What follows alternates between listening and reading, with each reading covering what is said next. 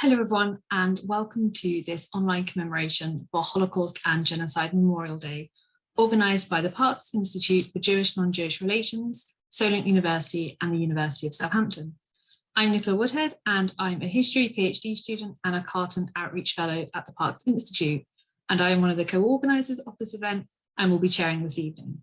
So I'm delighted that you've all joined us here today, and I'd just like to remind everyone that this is being recorded and it will be on YouTube to view later.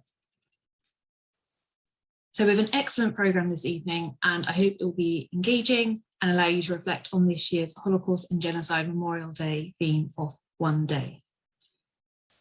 So I think we have everyone here in attendance. So I think we will begin with our words of welcome. And I'd first like to introduce Nona Macduff, who is Pro Vice Chancellor for Students and Teaching at Solent University. Thank you and good evening. I really welcome this opportunity to join you this evening to mark Holocaust Memorial Day. I must say I'm very disappointed that we are unable to come together once again in person, and I would have loved to have welcomed you all to Solent's campus. However, we are absolutely fortunate that we can still come together today virtually to reflect on a key period in history which still has relevance today. The horrors of Auschwitz and other Nazi death camps will soon be lost to living memory, but the rise recently in xenophobic nationalism underlines the need to never forget. At Solent, we're really committed to inclusivity, and we act on our commitment to inclusivity by working with communities locally here in Southampton, but also nationally and on a global scale. We take our role as being a university for the city very seriously. We are really proud to have this opportunity to work with colleagues from the University of Southampton and the Parks Institute to deliver tonight's programme. Tonight's programme is a tribute, really, a warning and also a mark of hope. I'd really like to take this opportunity to thank the University of Southampton and Parks Institute for leading on this event and for providing us with the opportunity to collaborate. This evening, 4 students from Solent's acting and performance degree will be doing a rehearsal reading of a radio play by Norman Collins, No Luggage, No Return. Set in June 1943, it is a moving and thought-provoking piece that focuses on 2 station workers tasked with overseeing the transportation of Jews from Germany to the extermination camp of Treblinka. I'm pleased that our staff and student community have still been able to support this evening's event. And I would like to say a huge thank you to those who have enabled this.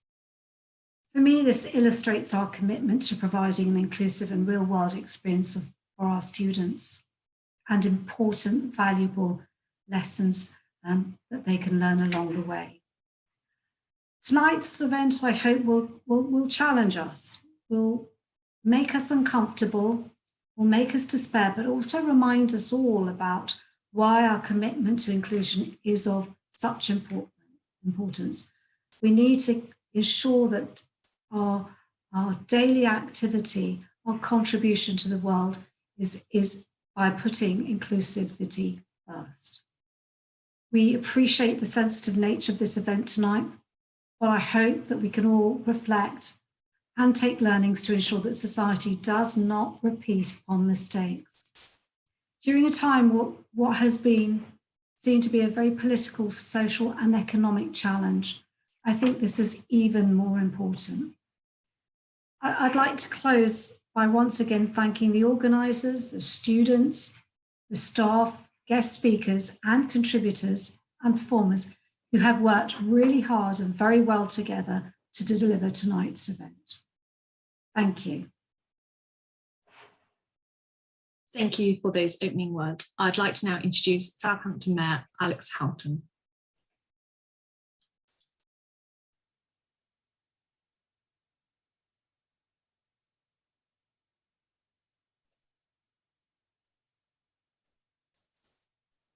We can't hear you. There is no sound.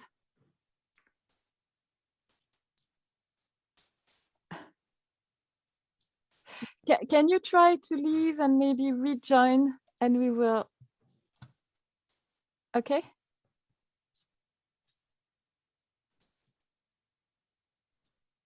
So maybe. So I was going to say, Alex, we now turn to Professor Alex Neil, Vice President of the University of Southampton. Good evening, everyone. It's yet another proof that it's always wise to have a backup Alex in place. I'm delighted to be here again. It's a great pleasure. It promises to be another really thought-provoking, challenging, I'm sure at parts, but also inspiring event. And it's a particular source of pride to me to see that Southampton University and Solent University have yet again collaborated. And we've been doing it for, at least 12 years now on this important work in organising Holocaust Memorial Day events. It's also a pleasure to acknowledge here the work of the Parkes Institute at the University of Southampton. The Parkes Institute, as you all know, I hope, is not only a centre for world-class research on Jewish and non-Jewish relations, but it's also a positive and practical force for good in battling anti-Semitism and indeed more broad forms of discrimination. The work of the Carton Outreach Fellows, and you can see one of them live on your screen here, has been absolutely essential, not only in organising these events, but in keeping the work of the Parkes Centre practical, effective, a real force in our community. This that we're seeing tonight is the tip of an iceberg that the Parkes Centre and Southampton more generally, in collaboration with Solent, have been leading. It's always a delight at these things too to see the contribution of the wider community. Students tonight from Solent, I gather we're not going to have the students from Itchen College with us, but I hope we'll have a chance during the exhibition to see the evidence of their work, which is so powerful. And also the work of all of the local groups and associations that we're going to hear from later in the evening. As I say, it promises to be really thought-provoking, challenging, but I hope in the end uplifting and inspiring as well. Again, it's a great pleasure to be here. I look forward to it. Thank you. Thank you very much. And if we try Alex Houghton again. Can you hear me now? Yes, that's perfect. So yes, if I now hand to Southampton Mayor Alex Houghton for some opening remarks. They're probably not quite the opening remarks they would have been if my technology had not been quite so slow. So sorry for the long delay in getting me on the meeting, but thank you so much for inviting me to join you as you mark Holocaust and Genocide Memorial Day. It's a day annually recognised, and it's a day that should be recognised across Southampton and across the country and more widely. In Southampton, we know the legacy of our city in reaching out to communities and people across the world who are in perilous, awful, difficult situations and providing refuge and sanctuary to those people. And so it's even more important that we reflect on that this evening. One thing I'd like to touch on is something I'm actually being invited to do tomorrow, and that's to plant an oak tree alongside the Association of Jewish Refugees. It's their 80th anniversary this year, and they have planned for 80 trees to be planted across the country to remember and recognise both Southampton's role and other places' role in providing a route for refugees during the Second World War, Jewish refugees. And I think that's such an important thing for all of us to be able to reflect on and to realise the significance of. Southampton was somewhere that could provide safety to people fleeing from unbelievably tragic and awful circumstances, and that's an important thing that I believe is really something we want to rightly recognise tomorrow. I was asked to reflect upon where we are today as well, and unfortunately I may have missed some of the earlier speakers, so hopefully there's not too much duplication in what I say. But as many of you will know, Southampton is a city of sanctuary, and that's something it signed up to as part of a national movement of making places, cities, towns, schools, places that are welcoming and supportive to refugees and asylum seekers. And that's something that the city takes really seriously and really reflects on the importance of its role as somewhere that should be welcoming, should do what it can to support people who are coming here.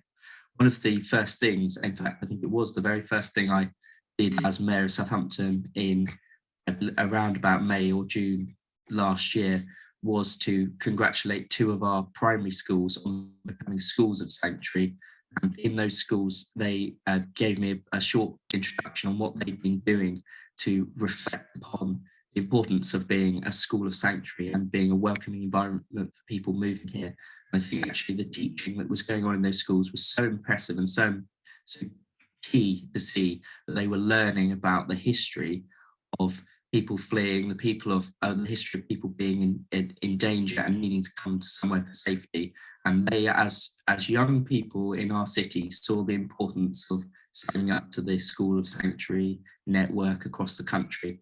So I think actually we can reflect on a lot of good that is happening in the city, with people really recognising how important it is for this to be a welcoming city, but also not forget the very tragic and awful legacy of the past, and why people have had to seek refuge in safer countries, including ours. So thank you so much to everybody who's taking part today, and for all of the shame we can't be together, but we are in that somewhat unusual world still. I hope that it's an enjoyable day, evening for everyone, and a really interesting evening as well, as we hear from the various speakers and those that have put time into producing various materials that we're going to hear tonight. So thank you very much for having me. It's a pleasure to be here with you all. Thank you to all 3 of our speakers for their opening comments. And I'd like to now introduce Donald Bloxham, the Richard Pears Professor of History at the University of Edinburgh. He's written widely on genocide and its punishments, and tonight he will give a talk on Britain and the Armenian Genocide from the 19th century to the present. And afterwards, we will have a brief time for some questions and answers. So if you do have any questions, please do put them in the chat or use the Q&A function. Thank you so much for that for the introduction. And thank you to all of the organisers for having me here in the first place. It's a real privilege, and as a Southampton University alumnus, it's a special privilege to be here. I'm here tonight to talk about the Armenian Genocide, the First World War. We'll perhaps talk about some of the ways in which the Armenian Genocide might throw a cog into the, or throw a spanner into the works of some Holocaust Memorial Day considerations. Not perhaps this one, certainly not this one, but the memory of the Armenian Genocide, of course, is highly contested, principally because the successor state of the perpetrator state still denies it, and that denial is still accommodated by a number of states, including Britain, unfortunately. But Britain's connection to the events goes well back to before the genocide itself, and indeed, British policy is actually in some sense implicated in the rise of antagonisms that culminates in genocide itself, and I'll get onto that. But what I want to do tonight, I'll speak in 3 parts. The first of which will just talk about the genocide itself. What was the Armenian Genocide? The second part, we'll talk about Britain's role before, during, and after the genocide.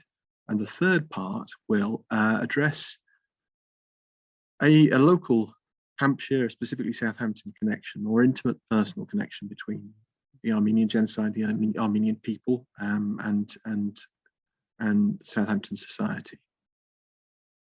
So, to the first part of the lecture then, the question of the genocide itself. And here, Claire, could you possibly put up for display the first map, that is the map with the pink dots. Thank you so much. This is really a map of genocide, as well as being a map of where the genocide took place. I'll explain that. In 1915-16, the Armenian Genocide occurred in the Ottoman Empire, specifically those areas that you can see today comprising Turkey, Iraq, and Syria. The Armenians were, indeed are, a Christian people, mostly then of the Armenian Apostolic Church, so including also a number of Protestants and Catholics. They were an ethno-religious minority in the Muslim-dominated Ottoman state. The perpetrators of the genocide were the ruling faction in the Ottoman state during the First World War, namely the Committee of Union and Progress. Additional perpetrators were provincial authorities of the governing centre, elements of the army, paramilitary forces, police, and some more and less organised elements of the local populations in the areas where the genocide occurred. Genocide was perpetrated with the aim of, in inverted commas, purifying large parts of Anatolia, or really modern Turkey, purifying large parts of Anatolia of a minority viewed through highly chauvinistic lenses as somehow foreign and disloyal, just the sorts of allegations often thrown at genocide victims by their killers. The idea of disloyalty and foreignness. What were the patterns of genocide? Well, this is where this map becomes, this is what, when I say it's a map of genocide, as well as being a map of where genocide took place, this is what I mean. There are two major facets which are intertwined. The Armenian Genocide is conducted by a combination of direct killing with a range of weapons, direct immediate killing, and mass deportations. And these deportations are not just deportations from one place to another. They're immensely debilitating attritional deportations across vast areas of territory in incredibly inhospitable conditions, ending up in desert regions, the deserts specifically of parts of Syria and modern day Iraq. You can see on that map itself, you'll see that there are a number of large pink, larger and smaller pink circles. These are massacre sites. These are places where Armenians are massacred on the spot in numbers corresponding, proportionally to the size of the dots. Partly because in some places Armenians resisted their deportation, partly because certain local commanders preferred to massacre rather than deport, partly because in many of the places, or most of the places from which Armenians were deported, there were at least some massacres prior to deportation, as the menfolk, those capable of bearing arms or putting up most physical resistance, were taken away from the assembled Armenian deportees and murdered outright. And so predominantly, and here is where we come to the arrows on those maps. Those arrows are arrows of deportation routes, and many of them sort of meander around because Armenians were deported from one place to another to pick up yet more deportees. But the ultimate route of most of them is to the desert regions in below Anatolia, as I say, in the desert regions of contemporary Syria and Iraq. Those arrows represent the deportations, and we also see there are some arrows which don't go to the desert at all. If you look at to the Black Sea coast at the north of the picture, the top of the picture, you will see a number of arrows going out from the Black Sea coast into the Black Sea itself. And in those cases, Armenians from the Trabzon area, Trebizond and other areas in the Black Sea coast were not deported to the deserts in the south. They were taken out in boats into the Black Sea by their guards, and the boats were scuttled, and this was a way of murdering the Armenians by drowning. What's the chronology? Well, genocide doesn't happen immediately in the First World War. We do see a series of localized massacres growing in scale from late 1914, shortly after the Ottoman Empire joins the war. Localized massacres, especially in sensitive border areas, growing in strength and intensity. but the major deportations, there are lower level deportations take place throughout the spring from certain areas. But the major deportations of the major Armenian population centers in eastern Anatolia, and then throughout Anatolia, and even into sort of so-called European parts of the Ottoman Empire in Thrace, those occur from late May onwards, late May 1915 onwards. The major deportation orders are given in late May. Deportations themselves expand through the summer to encapsulate virtually every area, apart from some city areas where many foreign observers are present, to encompass the whole, more or less the whole Armenian population of the Ottoman Empire. Other than those massacred, those who are deported are exposed during the deportation marches to the most extreme and profane abuse. Many are murdered outright by gendarmes, again paramilitaries, also local populations simply looking to get into on the act and plunder deportees who have effectively been declared fair game by the state by its decision to deport them. Endemic sexual assault and rape of women, young girls, very young girls, young boys. So some of these young girls are then forcibly assimilated into the homes of surrounding populations, forcibly converted, brought up as Muslims, sometimes Turks, sometimes Kurds, depending on the local population. And those who do reach the desert and survive temporarily in the desert, in the barren heat of mid and late summer, the Fertile Crescent, so called in that part, lost all the apt word, are those who do manage to eke out a survival in the later months of 1915 and the early months of 1916, are then massacred in very large numbers during 1916 itself.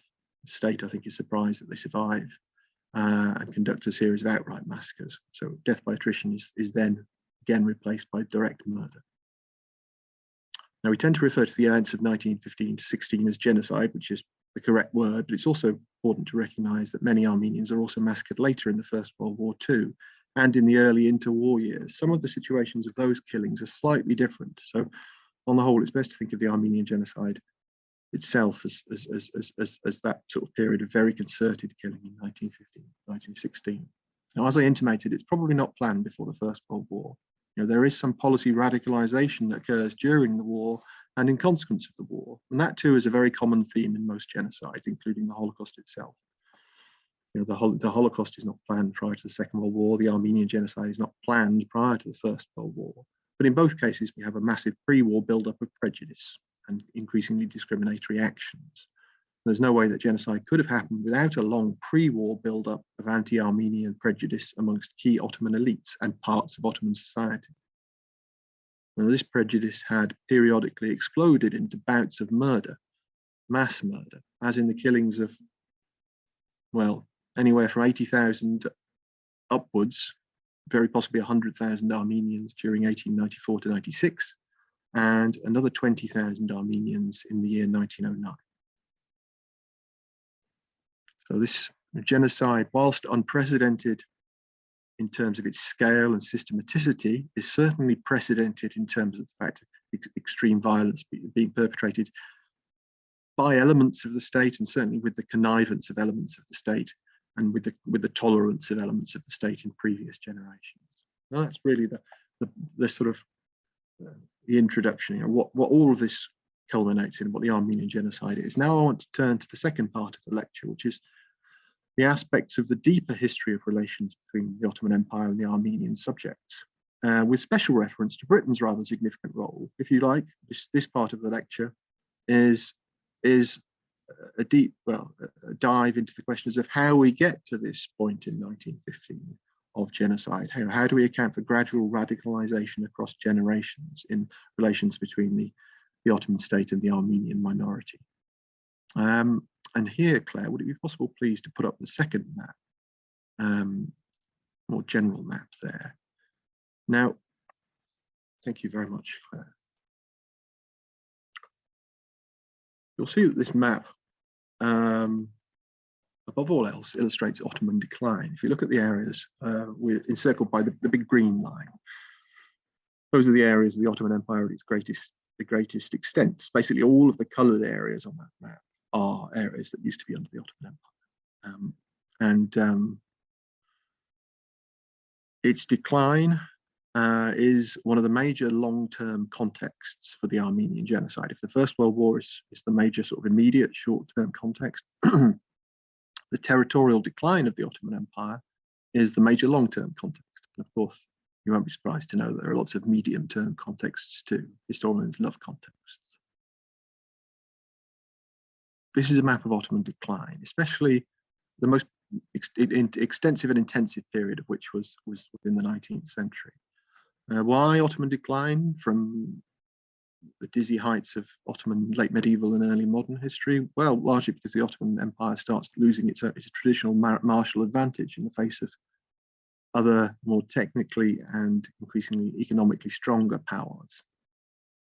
So its decline is partly caused by military defeat at the hands of external, greater, more increasingly powerful, and especially Christian powers.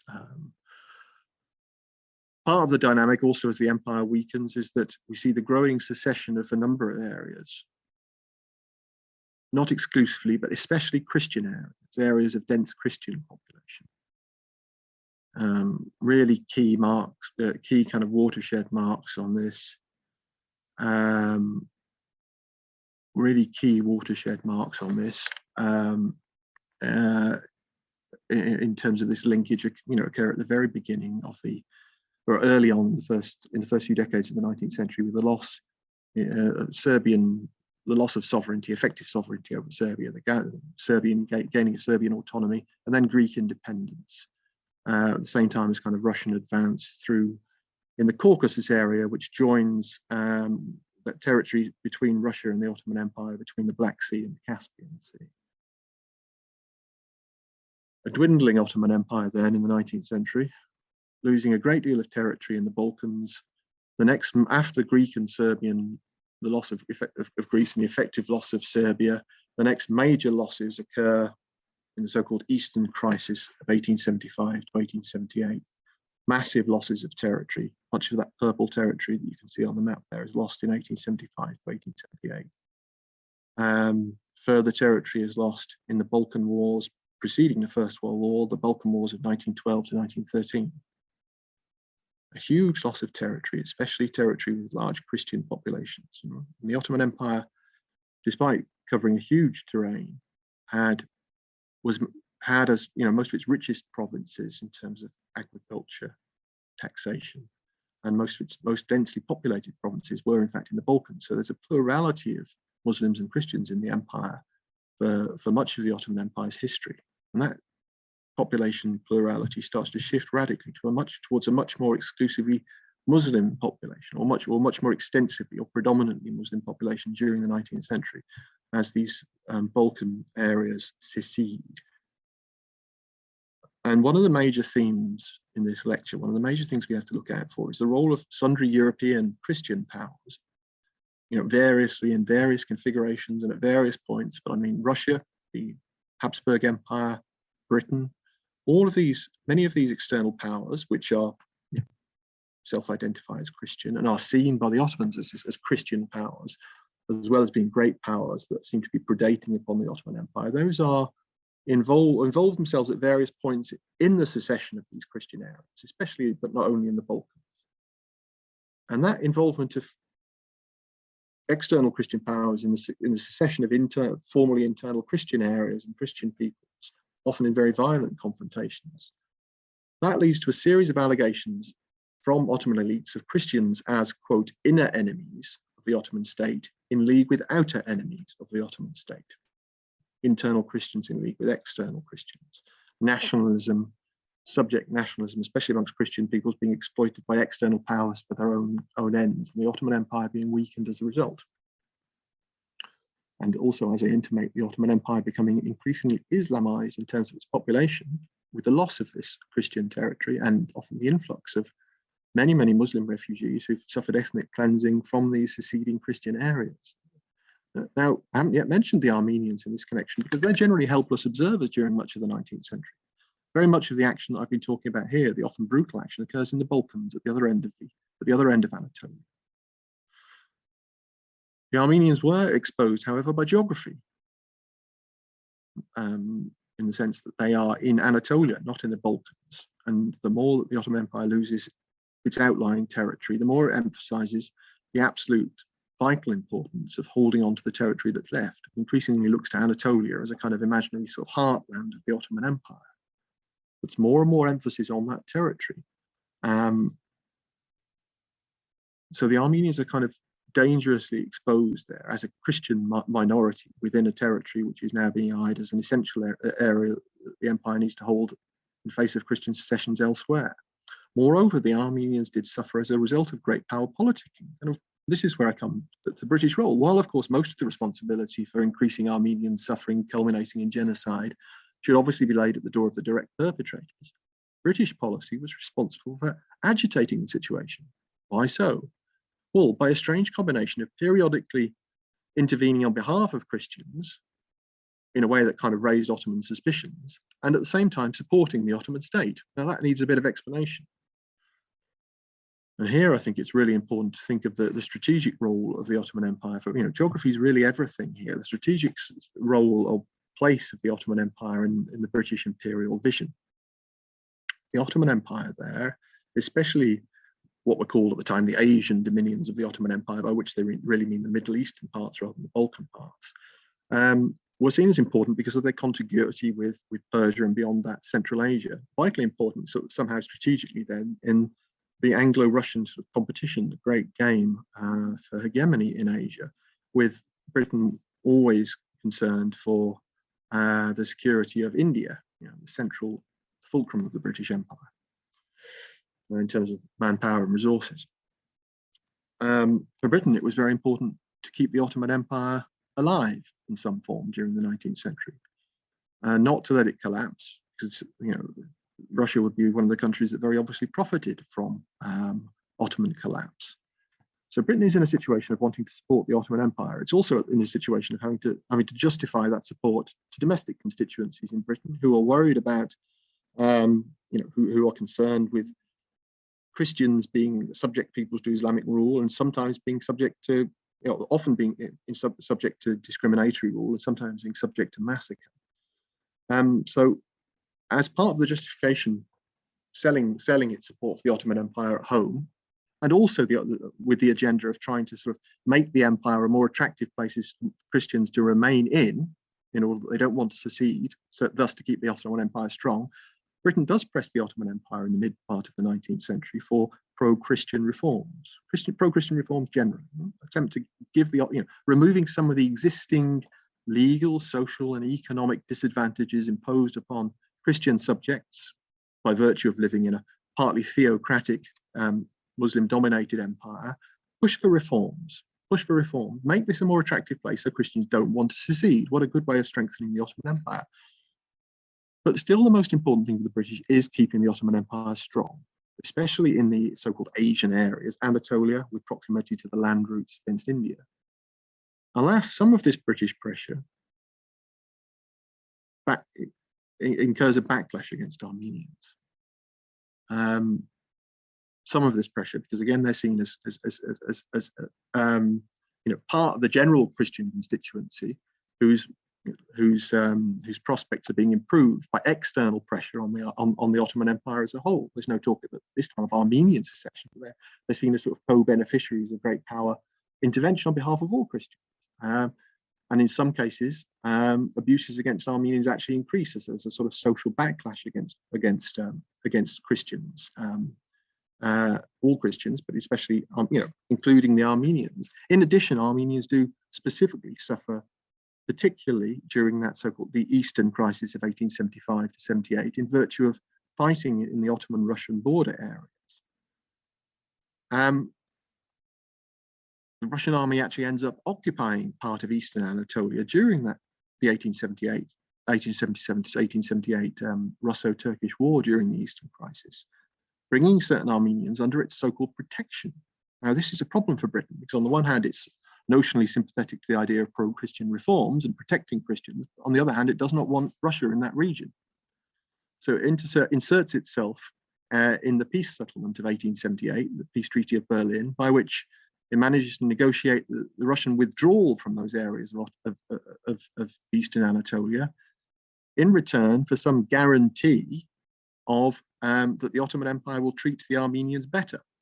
The Armenians for the first time appear in an international treaty in 1878 with specific regard to British proposed protections for the Armenians in Eastern Anatolia. Unfortunately, those protections are really not worth the paper they're written on, precisely because there's hardly anyone there to enforce the protections. You know, the main purpose of Britain enforcing those protections is not really directly to protect the Armenians, but to provide a way of forcing the Russians out by the promise of protecting the Armenians. There's no real enforcement mechanism worthy of the name for these plans. But Britain does secure the end of keeping those areas of, in inverted commas, the Asian part of the Ottoman Empire under Ottoman rule, while at the same time furthering the suspicion of the Ottoman elites have against Armenians by the very fact that Britain has been seen to sort of impose on Ottoman sovereignty by pressing for Armenian reforms in the first place. So the Armenians get the worst of both worlds. Heightened suspicion against them because Britain has pressed for reforms, no actual prospect of those reforms being introduced because the whole aim wasn't really about that in the first place. Furthermore, we see the deterioration of British-Ottoman relations, partly in result of this, in the succeeding years, which means that Britain isn't even capable of effecting much greater, or isn't really capable of effecting much pressure on it, even if it wanted to. And with the proper opening up of the Suez Canal and Britain gaining the major stake in that, and the widening and deepening of the canal so it gets through traffic, the water routes to India are procured, which takes a bit of pressure off the land routes. So Britain loses a bit of interest in the Ottoman Empire. But it has, of course, contributed to raising suspicions, raising Armenian expectations, only for them to be dashed, raising Ottoman suspicions, which remain, and in very significant measure account, with a series of local contexts involved, for the massive massacres of the 1894 to 96 period. I want to press on now into the First World War and think again about British relations with the Ottoman Empire during the Armenian Genocide. As we hear the first news in the late 1914, early 1915 of massacres of Christians suffering, specifically Armenians, but also Assyrian Christians in the First World War, but with particularly Armenians have been particularly targeted in those months before the beginning of the major deportations. When it comes to around May and the major deportations themselves, the British know pretty well what's going on. Most of the world knows what's going on, but the British are actually very reluctant at this point to do anything, to exert any pressure against, even on the level of propaganda and advertisement. Partly because, again, with British sentiment, with British rule in India in mind, they're very concerned with Muslim sentiment in India, and they don't want to be seen. They're fighting against the Ottomans as it is, but they don't really want to be seen to be sort of siding with an internal non-Muslim population, lest this somehow inflame Muslim sentiment elsewhere. And they're full of stereotypes about what might inflame Muslim sentiment elsewhere. It's very essentialist view of Islam, and traducing Islam at the same time as anything else. But the long and the short of it is, in the first instance, as genocide starts to unfold, British are not at all interested in sort of playing up and trying to encourage ways of humanitarian relief or external pressure on the Ottoman Empire. This changes, however, as British policy often does, when around September of 1915, when the genocide is well underway, the British realised that propagandizing about this issue might be a very good way of getting the Americans to join a war effort that they have thus far resisted joining. So we suddenly start to see the British getting very interested in the Armenian Genocide again. We also see the British miraculously regain interest in the Armenians after the Russian Revolution of 1917, with the collapse of the Russian Empire and the Russian Revolution. There's a fear on the one hand of Bolshevism spreading southwards into the Ottoman Empire, and a fear on the other hand of the Ottomans driving up into the Caucasus area and taking advantage of the Russian collapse. So with the Armenians caught in that area in between, the British suddenly get very enthusiastic about the Armenians, appealing to the Armenians who are surviving in formerly Russian territory for military aid, appealing to them for military aid as a sort of buffer against the Russians to the north and the Ottomans to the south. And in this process, they intimate promises of an independent post-war state for Armenia. After the close of the war, Lloyd George himself says these promises to the Armenians were to be regarded not as peacetime promises, but as wartime promises, i.e. promises that did not really need to be kept, as indeed they were not. After the First World War and the Bolsheviks had finished, and in light of the Bolshevik Revolution and the stabilization of the new Turkey after 1923, British policy on the whole was devoted towards improving and sustaining better relations with Turkey. And this was especially the case during the Cold War, when Turkey entered NATO and became an important bulwark against Russia, as the Ottoman Empire had been during the Great Game for hegemony in Central Asia in the 19th century. All of which conduces to British acquiescence in the official agenda of denial of the Armenian genocide by the Turkish state. To this day, of course, Britain does acquiesce in that denial agenda, hedged with all sorts of niceties, of course, but nonetheless denialist. And this denialist agenda has also, I would posit, shaped some of the wording and the phrasing of Holocaust Memorial Day itself. If one looks on the HMD site, on HMD website, one will see reference to the duty to commemorate the Holocaust and subsequent genocides, or genocides that follows. That's been the accepted formula really since the inception of Holocaust Memorial Day. And it doesn't take a genius, but I would posit that one reason for specific reference to genocide subsequent to the Holocaust is precisely because it doesn't raise the awkward question of genocides preceding the Holocaust, including, of course, the Armenian genocide. Now, I'll come to my final part of the lecture, which is going to be much shorter than the previous one. It'll only take a few minutes. And this is where I would like, if you would, Claire, to put up that picture, and I'll refer to it, the photograph, if that would be great. And I'll refer to that in a moment and explain that photograph in a moment. I want to move from the kind of the general British policy level to the specific and this more intimate social level. The British response to the Armenian genocide after the war was scarcely generous, which is perhaps not surprising. Only 200 survivors of the genocide were allowed entry into Britain during the interwar period, which of the roughly 300 to 400,000 Armenian refugees who fled the Ottoman Empire after the First World War. One area of significant refugee settlement was Cyprus, which became part of the British Empire in 1914, having previously been a protectorate. Again, another piece of former Ottoman territory. On the island generally, emigration to Britain expanded in the interwar period, as Cypriots were technically now subjects of the British Crown, which was formerly part of the British Empire after all. This was not, however, the case for former Ottoman subjects of Cyprus, because they were excluded under post-war immigration legislation.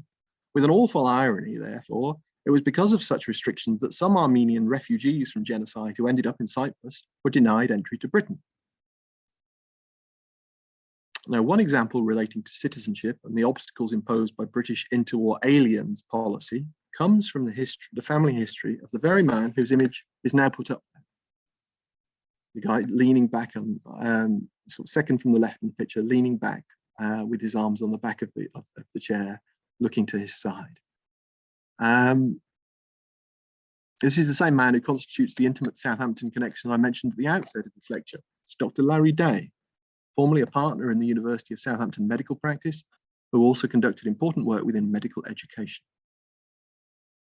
The photo is of him with medical students after a selected student unit he ran called A Journey Working with Diversity. I was lucky enough to meet Larry at the doctors, when I went to the doctors, when I was studying for my doctorate in Southampton between 1994 and 1998. By chance, the conversation turned to the Armenian genocide. This was really the beginning of our friendship. We went out and to local hostelries thereafter. I met his family. In fact, I had dedicated my own book on the Armenian genocide to Larry's late mother, Bajuk. Now, I want to say a few words about Larry and the Duke's background, and then read an extended extract from an interview conducted with Larry by my friend and former doctoral supervisor, Tony Kushner, who's been involved in the organisation of this event. The text of this excerpt can be found in a book Tony co-wrote called Refugees in an Age of Genocide. That's also the book, by the way, from which I largely plagiarised the above information about British interwar refugee policy in Cyprus. So if there are any mistakes, you know who to blame. So Bajuk, born in Cyprus in 1925, she was the daughter of Armenian refugees from Cilicia, today's southern Turkey. Family name Tilbian comes from the name of a village in Cilicia where her father had owned a large farm with its own church and school. Now I read in the words of my friend Larry. These are all his until I tell you otherwise. My grandparents lived in Cilicia in Turkey. They lived in an agricultural community which did trading as well, in cereal crops, livestock, etc. My grandfather worked for his national service, was in the Ottoman army as an accountant stroke payroll type officer. He tried to help, in fact was involved with helping some of the people who were exiled to the deserts of northern Syria, shifting food and stuff in their direction. He was involved in that, he knew what was going on. Their relative rural isolation had meant that they didn't actually experience the early executions and massacres. My grandfather was returning to the farm from a trade mission, and he was told on the way back to the farm not to continue on the way down the road because everyone in the farm, including his parents, had been massacred. This was in 1920 to 1921. I mentioned some massacres that had taken place after the First World War II. He went to Adana in Cilicia, where he met my late grandmother, and they got married. They then came over on the boat with a number of other Armenians and some Greeks as well from Izmir to Cyprus in 1922 to 23. My late grandmother would not speak about these times, and it's only really my mother interpolating and explaining where they came over. When they came over, rather. So they went from relative wealth to being refugees in a community of 2,000 Armenians on an island, i.e. Cyprus, which then had a population of just under 500,000. Cyprus was regarded as one of the ways out, regarded as a place that would receive them, even though initially they had to stay in detention camps. They came to Cyprus because there were boats going that way, and they also knew that there were lots of countries, including Britain, were not going to let them in directly. The last time I went to Cyprus, intriguingly, I actually saw copies of the documents that were issued to my grandparents, and it said alien, of course, as everyone was, but also presumed Ottoman. It was at that level, dare I say, of lack of receptivity or friendliness that they became presumed. They were just stateless. They didn't have passports. So Cyprus was the least unsafe place, and there were boats going there. Because of the British failure to help during and after the war, there was enormous anti-British feeling, which was expressed by my mother and other Armenians on Cyprus. Now, Larry eventually did come to the UK to train in medicine, and he stayed. It's the massive benefit of this country. He also passed away in July of last year, far too early, loved by so many. And I'd like to dedicate this lecture to his memory. Thank you all for listening. Thank you very much for a very interesting talk. So we've now got some time for some questions. So please do put any questions you've got in the chat or in the Q&A function. But we do have one already for you, which asks if you could give more detail on the link between the Armenian Genocide and the Holocaust. In particular, that German military officers who were present in Turkey then went on to be involved with the Holocaust. Did the Armenian experience inspire the Holocaust? Thank you very much for the question, a very good one. Well, we do know that Hitler knew of it. There are a number of occasions he alludes to the Armenian genocide, and I think certainly it's the case that for the Nazis, when they come into power in 1933, they admire Turkish nationalists. They see the Turkish nationalists as having kind of tried desperately to save the Ottoman Empire, then kind of fought for an independent Turkey after the First World War and fought back successfully, the first countries to successfully revise the interwar treaties, interwar territorial treaties. the Treaty of Sèvres, which had been proposed for Turkey in 1920, would have radically reduced what we know as Turkey state, or small rump state. The nationalists under Ataturk really fought back and ensured that Turkey is the size it is today. And Hitler really admired that, their revisionism. And they also regarded, somehow shared the view of Armenians and other minorities as somehow being, in a very similar way in which he viewed Jews and being sort of parasites, foreigners, and so on. There's a lot there, and there are some personnel connections that you mentioned too. Some military officers providing a personal connection. I wouldn't stress personally the personal connections myself. I would stress some of the ideological continuities and the inspiration at that level of Turkish nationalism for Turkish revisionist, aggressive nationalism for the Nazis in the 1930s. Yes. So while we wait for a few more questions to come in, I'm just going to take the privilege of being the chair and ask a question myself. I wanted to ask, you touched on, obviously, the Armenian genocide isn't recognised by all countries around the world. I want to know maybe if you see a future where it is, and calling the Armenian genocide a genocide isn't like a statement in itself, and that it is just recognised. Yeah, well, thank you. So much depends on the state of relations with the Republic of Turkey, really. I mean, the Biden, I was quite surprised when Joe Biden recognised the Armenian genocide, but only because I didn't think he'd probably go through with it. But in a sense, some of the I don't know what you call it, geopolitical plates were aligned at that point, given some deterioration in relations with Turkey. What stops countries from recognising the Armenian genocide, and what also encourages people to recognise the Armenian genocide, basically is the state of the relations with Turkey. It would be nice to think of it as much more moral and principled than that, but it isn't really. And obviously, it's more desirable that it is recognised than that it isn't. But we shouldn't sort of romanticise sundry decisions to recognise it, because they're often based in the same sort of kind of political calculus as the opposite decision. It just irritates me a bit when we have very good initiatives like Holocaust Memorial Day that are then sort of where there's a kind of attempt to sort of weasel out of the more difficult questions, because if we are to have a genuine sort of day of reflection and reckoning and thinking hard about the legacies of these sorts of events and how we comport ourselves in the world, whilst somehow indirectly conniving in denial, that seems to me to be a sort of a moral contradiction. The Armenian genocide is one of those things that is something of a test of the real extent of commitment on these memorial endeavours, because some sorts of memorial endeavour are very easy, right?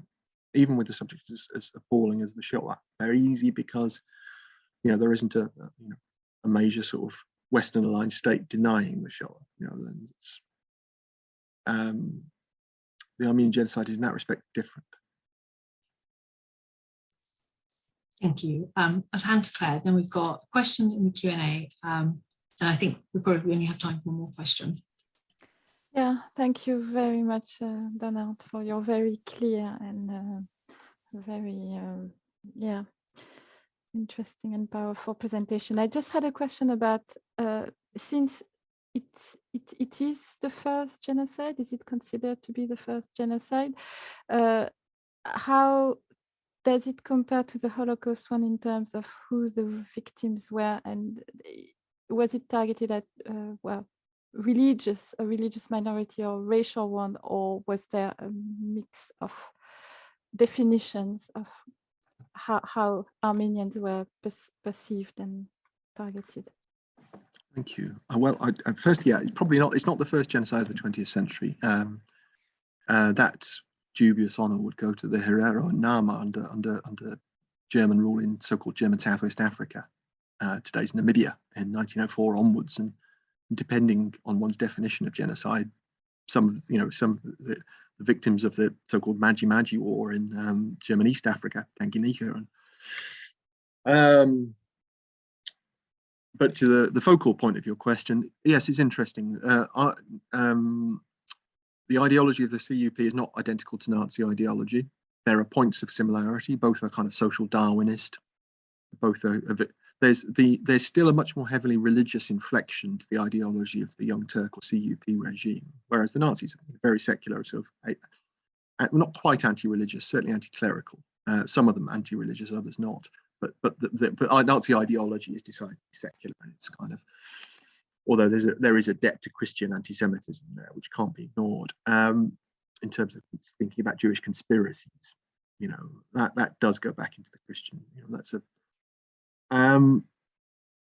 the Young Turk or CUP ideology is more heavily kind of inflected with religious categories, thinking back to kind of Muslims as the so-called dominant millet or people within the Ottoman Empire. That's still a factor that Turkish nationalism grows and becomes more secular over time.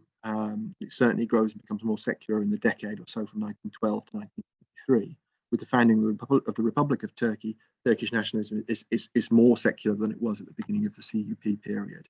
And that's where you start to see more forthright attacks upon other Muslims, including Kurds, although obviously some Kurds are deported for various reasons in 1916 to 17 by the Committee of Union and Progress itself. So there's a sort of cross-hatching of ethnic and religious criteria there.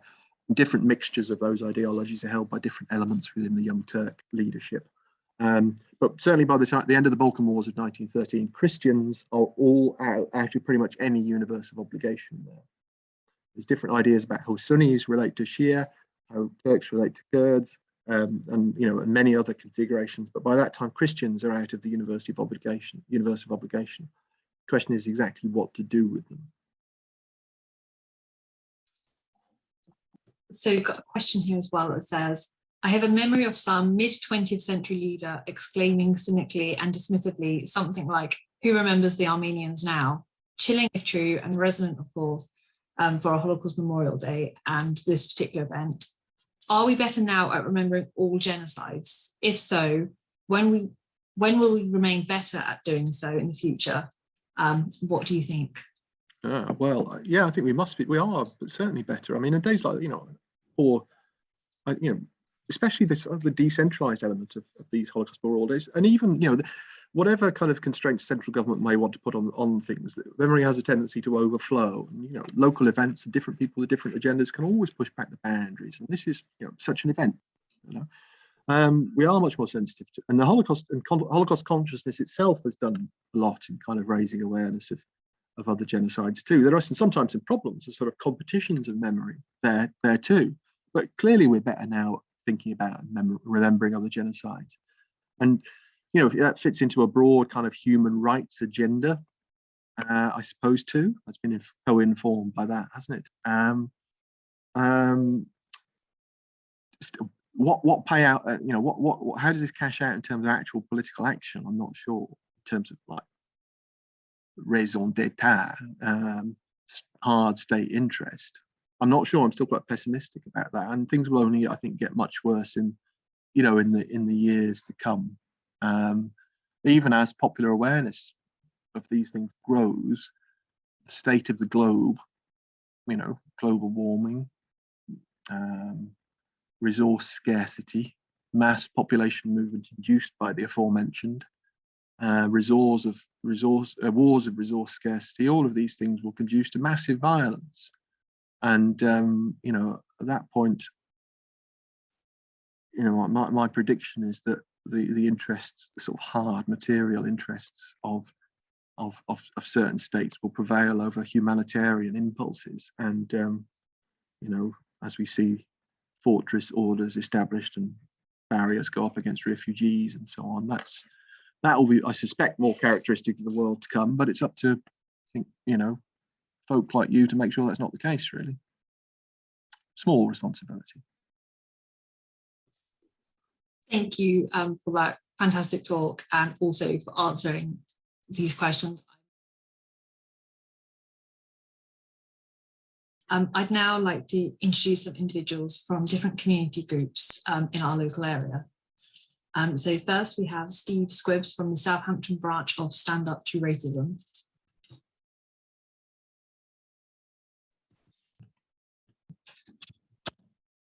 Yeah, hi there. Hi, everybody. Thank you, Nicola, and thank you to the Parks Institute and everyone involved in organising this evening's event. I think that Holocaust Memorial Day and commemorative events like the one we've attended this evening, they're incredibly important. People will be familiar with the slogan "Never Again" in relation to the Holocaust and other genocides. So educating ourselves about the circumstances and the ways in which societies have moved towards genocide is essential, I think, if we're going to fulfil the commitment, the promise of the slogan "Never Again." And I think the other necessary element is a commitment and a capacity to act, and that's really what Stand Up to Racism, both nationally and locally, exists to do. We stand in a tradition of anti-racist and anti-fascist activism that seeks to build the broadest possible united opposition to racism and the far right. And in recent years, we've seen many establishment parties across the world adopt the politics of racist populism, really as a way of shoring up their power. And I think that in turn is giving confidence to far right movements with overtly racist and fascist politics.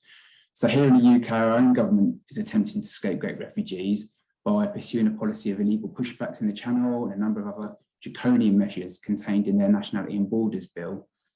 And I think the bill is really a major attack on people seeking safety. It undermines our obligations under international law. And it's why Stand Up to Racism is part of a coalition of organisations who are campaigning against the bill under the banner of Together with Refugees. And I want to just highlight a local action that we've got planned on Saturday, the 12th of February, which I would really encourage everybody to attend if they can, and I'll post up the details in the chat when I finish talking. We're also mobilising and organising transport for a national demonstration in London on the 19th of March, which is supported by the TUC, to mark UN Anti-Racism Day. And on that day, we're going to be marching with thousands of other people across Europe against the politics of hatred and division, against anti-Semitism, against Islamophobia and racism, and in defence of refugee rights. So really what I want to do is extend an invitation to everybody who's here tonight, whether you're here as an individual or if you're part of a local organisation. Let's work together, come and get involved in shaping our campaigns. Let us know how we can support your activities, because we're strongest when we act together in unity, and it's only with that unity that we're going to be effective in combating racism and the far right. And I'll leave it there, and thanks for having me. Thank you very much, Steve. Next we have Stash Zlowski from the Southampton and Winchester Visitors Group. Hi there, Nicola. Thanks for that. I just want to thank that Solent group. Quite a moving introduction. Okay, SWVG, Southampton and Winchester Visitors Group. It's been about 20 years now. It's been on the go. About 150 members, volunteers. Basically doing something active these days, supporting and working with asylum seekers and refugees. So two key features really. One is visiting them and the other one is teaching. We have about 35 clients in Southampton that we actively work with. Each have a visitor that we meet on a weekly basis. Key part is befriending them, trying to get them to take some agency over their own situation, which, they're basically waiting for their appeals process and tribunals that can take anything from, amongst our group, from 3 months to 20 years, which is, to me, psychological torture. But anyway, helping them to navigate our health systems, our bureaucratic procedures for getting into schools, GPs and so on. Key aim to get them to get leave to remain status. That's what we're aiming towards. As I said, we also have 25 members who are actively involved in teaching asylum seekers, whether it be reading, writing or speaking. We're also active, and you'll hear from Claire, I'm sure, in a moment, on Fridays at the AMC, the Avenue Multicultural Centre, which is open in the mornings to asylum seekers. And within our organisation, not only do we support actively clients, but we also have events, activities, taking them to museums, providing gym membership, fundraising, communicating.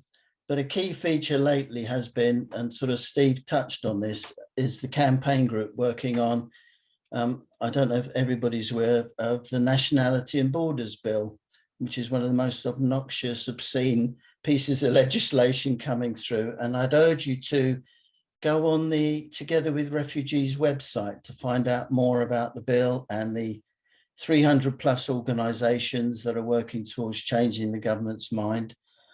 And hopefully we'll get some, and hopefully it'll be a more positive outcome than what happened in the past. Thank you. Thank you very much. Next we have Johnny Morland of October Books. Hi, and thanks so much for inviting me to represent October Books. Really proud to be here and be part of this.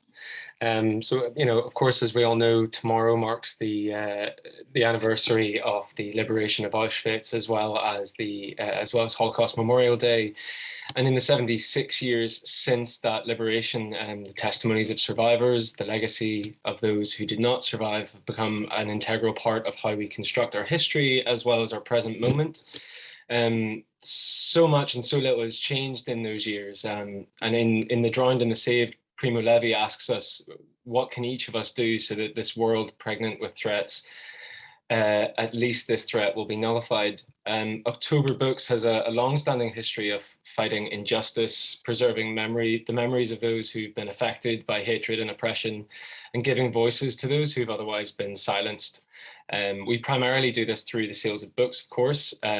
These are selected with socially conscious motives in mind, the motives of remembrance, testimony, and our aim really is to put the stories of the unheard into a position where they can make a difference. Our aim is to stand as a voice of opposition to injustice and oppression, and to provide a space where not only can oppressed people feel safe, but can see themselves and their stories represented.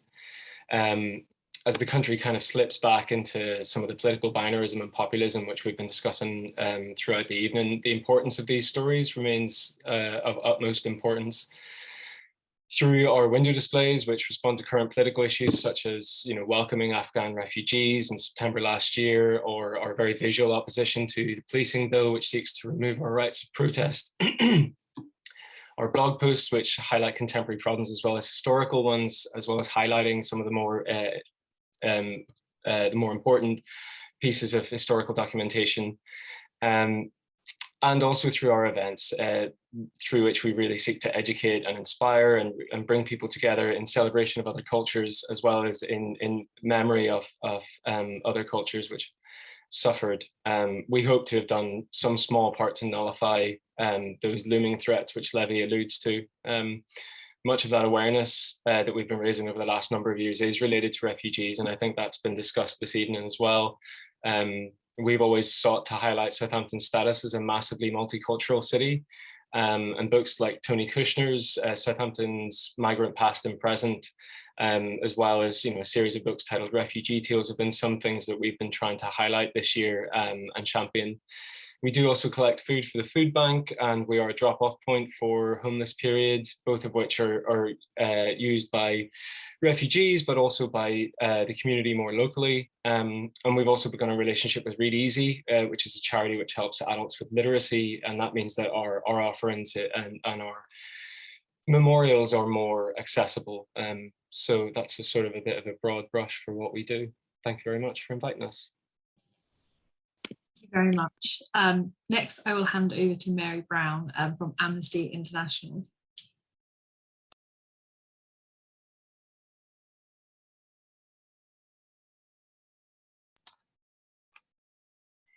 Hello, can you hear me? Thank you for inviting Amnesty to participate tonight. Our group meets once a month normally, and we have a theme, sometimes with a guest speaker, and we discuss our plans for future activities. Our work covers a wide range of human rights issues in various parts of the world where justice has been denied. We urge governments to observe human rights law. We write to protest about unfair trials, extrajudicial executions, and threats to human rights defenders. We oppose the death penalty under all circumstances. Many of the case files we work on centre on named individuals who are representative of many others. We aim to raise awareness locally about human rights and to involve local people in our campaigning. Every year we run a Right for Rights stall at the Phoenix Film Society around the time of Human Rights Day. Our annual human rights lectures in conjunction with the University of Southampton have been delivered by eminent speakers, including Philippe Sands, who explained how the terms genocide and crimes against humanity passed into international law after the Nuremberg trials. Currently, our main campaign is about Eritrea, where human rights are among the worst in the world. At the age of 18, everyone is conscripted for national service, which amounts to many years of forced labour. Young people risk harsh penalties by fleeing the country to avoid this. Eritrea has no recognisable legal system and no free press, and hundreds of journalists are among those who have disappeared into the prison system to be held in truly shocking conditions in shipping containers under the desert sun. An exhibition of portraits of some of the disappeared journalists was displayed a couple of years ago in Southampton Central Library. The aim of this campaign is to secure the release of at least some of these political prisoners. You can add your voice by visiting the Southampton Amnesty website. Thank you. Thank you very much. I'd like to now hand over to Paul Woodman at Clear.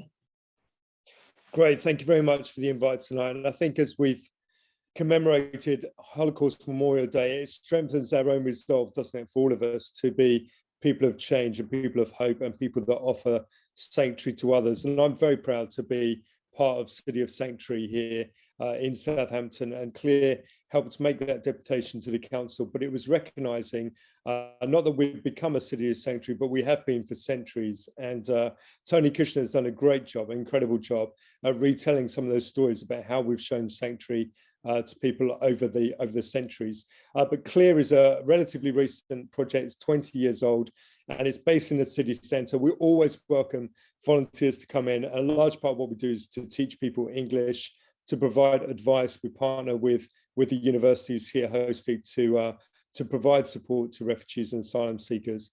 And you're very welcome to join us in our positive action towards welcoming people. More recently, we've just been successful in the community sponsorship scheme. So to bring a family from a refugee camp in the Middle East over to Southampton. So they're going to arrive here in early February. A Syrian family, one of our first Syrian families for some years, are going to arrive here in February. And we're looking for volunteers as well to support and make them feel welcome. So thank you very much for all your support for Clear over the years, and thank you for inviting us this evening. Thank you.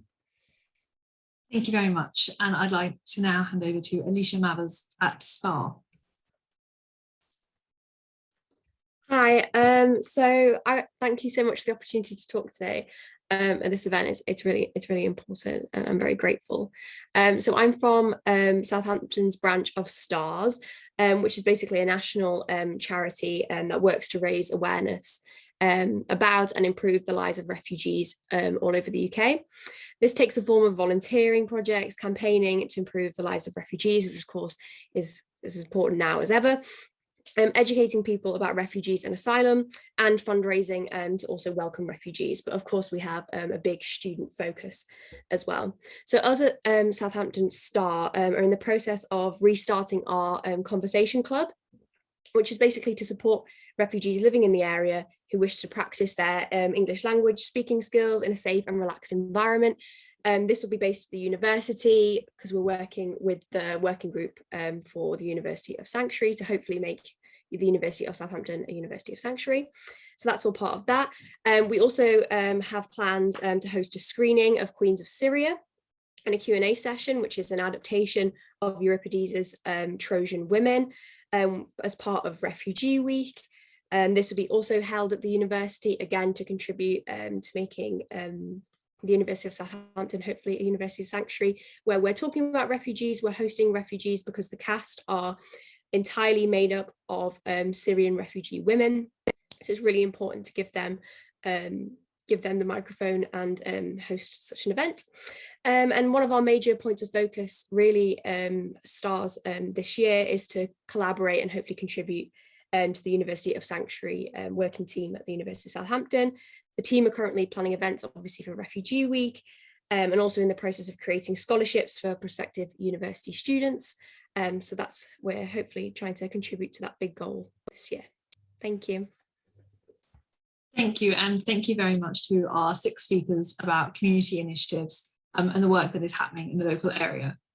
So unfortunately, the students from Itchen Sixth Form College couldn't be here tonight to share their reflections on the theme One Day and the workshops that we have provided in schools this year. However, you can see their responses in the exhibition, which I believe the link has just gone into the chat, so you can look at that in your own time. And I would finally like to hand over to Claire Lepole, the director of the Parks Institute, for our closing remarks. Thank you so much, Nicola, and thank you for sharing all the wonderful work you are doing, and also for keeping to time. Wonderful. Okay, so I will be as brief as possible, but it's really a big honor really to close this very inspiring and moving evening on behalf of the Parks Institute for the Study of Jewish non-Jewish Relations. And the evening really reminds us how relevant and topical James Parks' work and legacy still is. So as many of you will know, he was a historian who dedicated his academic work to the study of the relations between Jews and Christians, and who contextualized anti-Semitism and the Jewish experience in its wider context. But he was also an activist who helped rescue refugees and who denounced very early on the horrors of the Holocaust, calling the British government and the British population to react and not to remain a silent witness of the tragedy.